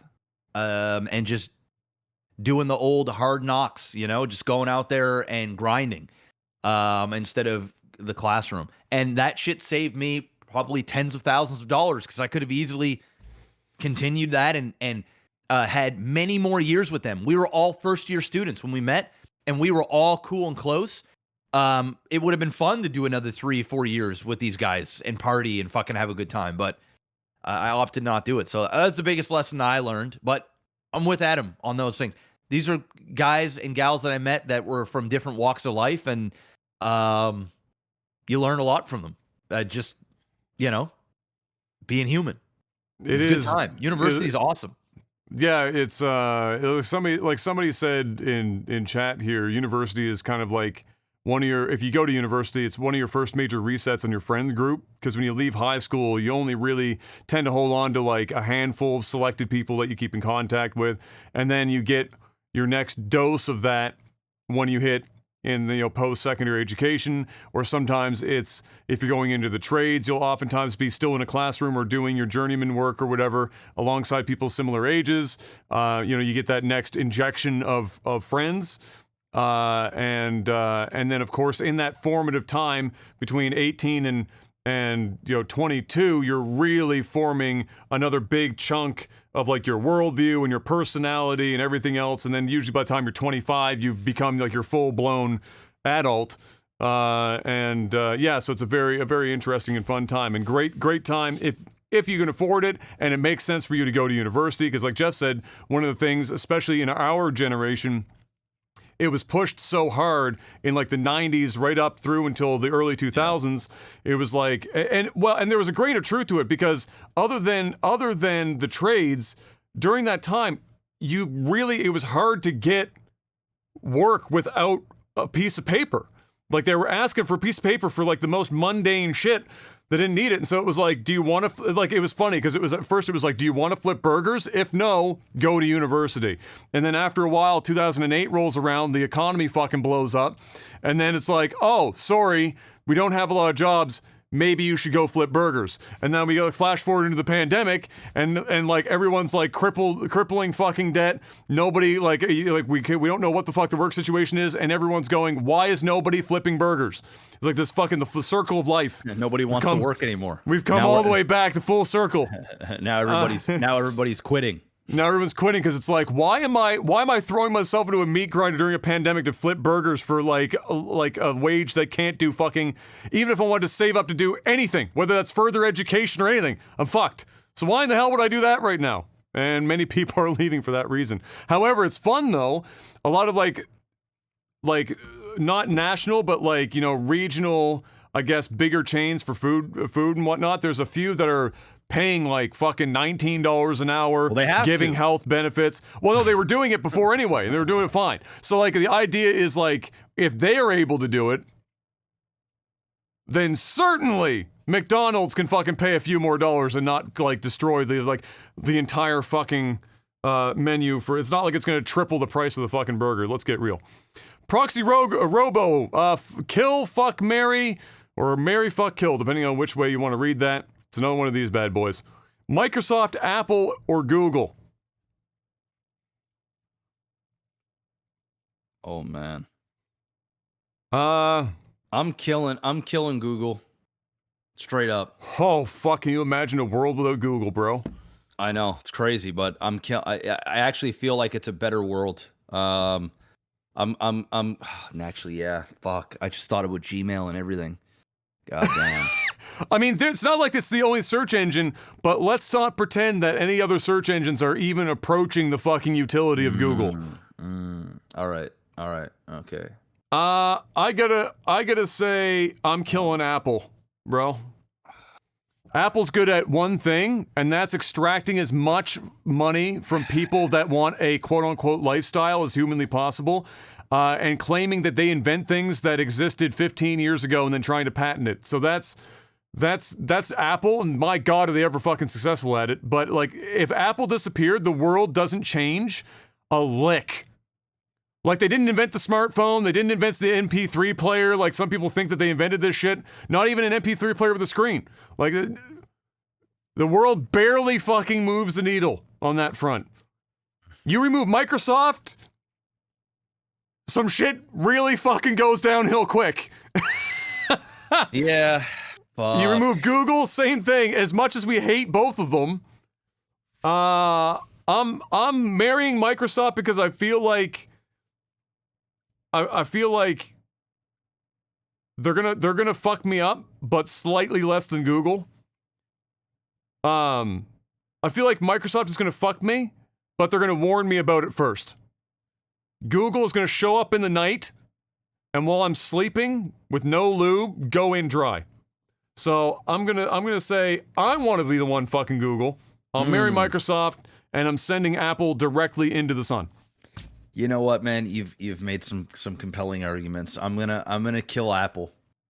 It's painful because I do like me some Apple products. I do. It's not that they don't make good products. It's just, you know. I mean, I don't give a fuck. I mean, listen. Your argument about them copying whatever, that shit doesn't mean nothing to me. But your argument that if they're gone, the world that's why I made really that argument. Yeah, the world doesn't really change all that much. Yeah. So I will kill Apple. I am going to fuck Google because Google is sort of a one-night stand. You know, it's just like you go there for a few seconds for a good time, and then that's it. And then I'm gonna marry Microsoft because it's consistent. It's part of my everyday life. It's Microsoft. It's not exciting, but it gets the job done. There you go. There you go. And, you know, it might annoy you, but at the end of the day, you need Microsoft in your fucking life. Yeah. And another one. Amazon, UPS, and FedEx. Oh, okay. Well, I am marrying Amazon. I'm marrying Amazon. I'm fucking UPS, and FedEx can go fuck itself. That's where I'm at. I'm cheating in it. This is the same one. It's kind of an easy one. UPS and FedEx are both garbage. Don't get me wrong. They're fucking hot trash. But FedEx, because UPS has been doing better than them for like the last 10 fucking years, has gotten worse and worse and worse to the point where if you asked me how many packages does FedEx fuck versus UPS, FedEx is fucking them packages up at a rate that's like 3-1 over UPS. So, you know, and that saddens me because like UPS is pushing out Canada Post, which for years was really good. And then as soon as Canada Post started getting crushed by UPS, their service has been going downhill, and now it's less and less compelling to save Canada Post, and we're just gonna be left with the fucking UPS, and nobody only wants UPS. That shit, nobody wants that shit. All right, one more, and then I gotta go. Yes. Oh shit. Oh, sorry, I didn't notice the time. My bad. Yeah. Last one. Let's see if we can get a goodie. Some of you guys are gonna have to ask a question. Hey, this is a pretty easy one, I think. 8-9-10 asks, is StarCraft 3 back on the table? No. No. No. Is StarCraft 2 patches back on the table? No. Nothing. No, it's dead. It's dead. Well, I wouldn't say it's dead, but it's just existing, you know? I think they at least put patches back on the table occasionally, but your StarCraft 3, no. Warcraft 4 happens before StarCraft 3. Who's going to come in and say that? Is Microsoft going to go in and say, "Hey guys, we're not going to tell you what to do, but you need to prop up StarCraft 2." No, that ain't happening, bro. That ain't happening. I'm sorry. I think at most you're going to get like maybe some content from StarCraft, whether that is, you know, some more of their games that they did, like co-op shit that they put in the game, or maybe you'll get a mobile StarCraft. I don't fucking know. StarCraft 3, 0% chance. And they're not going to go in and patch StarCraft once, you know? If they're going to start patching StarCraft, they need to consistently be updating the game. Why would you go in and just patch it once and then you have to patch Maybe you get like a once a year patch. That's at most, man. I think they're done. All right, and this one's not a question. It's just a good way to end the podcast, Mr. Black. You ready for this one? Yep. Seth asks, Jeff, hit me up with the sound of Adam writing the check for his own down payment. For his own down payment? Yeah. Down payment for what? For your house? The house, yeah. Hit me up the sound of writing the check for the down payment. Oh, shit. All right. Mom!